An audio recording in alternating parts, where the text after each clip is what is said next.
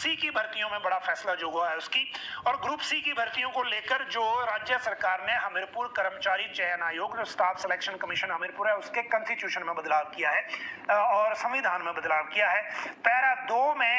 एक point add किया गया है और उस पॉइंट के बाद अब हुआ क्या है कि 2 कैटेगरी जो है उनकी जो भर्ती परीक्षाएं हैं वो हमीरपुर कर्मचारी चयन आयोग को शिफ्ट हो गई हैं, और ये दोनों हैं पटवारी और स्टाफ नर्स। ये दोनों भर्तियां अब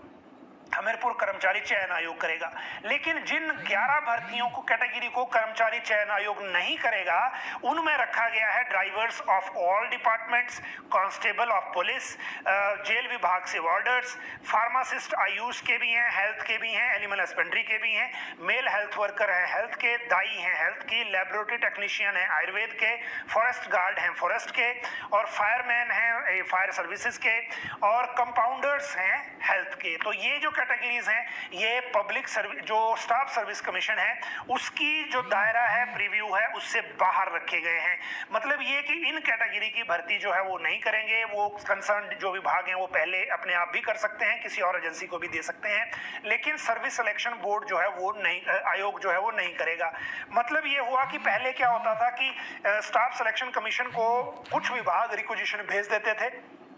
और जो उनकी उसमें दायरे में नहीं होते थे वो भी रिक्वेजिशन भेज देते थे ताकि वो उनकी भर्तियां कर लें। लेकिन अब क्योंकि कॉन्स्टिट्यूशन में ये प्रोविजन कर दिया इनके आयोग के, और दूसरा सरकार के रूल्स ऑफ बिजनेस में भी अमेंडमेंट हो गई, तो इन सारी चीज़ों के बीच में अब ये क्लियर हो गया कि स्टाफ नर्स और जो पटवारी हैं वो आयोग भरेगा, और जो बाकी ड्राइवर, फार्मासिस्ट, फॉरेस्ट गार्ड और जो मैंने कैटेगरीज आपको गिनाई जिसमें पुलिस कांस्टेबल भी हैं, ये आयोग नहीं करेगा। ये विभाग अपने आप भी कर सकते हैं, किसी और से भी करा सकते हैं। तो ये जो मामला है ये बड़ा है। अगर हम हमीरपुर कर्मचारी चयन आयोग की बात कर रहे हैं तो दूसरी अपडेट है जो कैबिनेट ने डिसीजन लिया था जब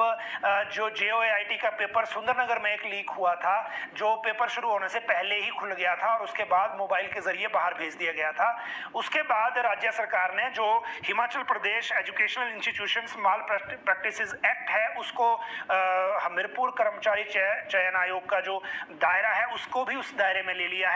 और ताकि अगर इस तरह की पेपर लीक या नकल करते हो या कोई और मीन्स के जरिए कोई चीज मिली तो इस एक्ट के जरिए उनके खिलाफ कार्रवाई की जा सके, और इसके तहत फिर जो जेल का प्रोविजन भी उसमें है, और इसी कारण ये अपने आप में बड़ा बदलाव है। इन सारी चीजों के बाद अगली बात करें तो वो है पे रिवीजन रिव्यू का।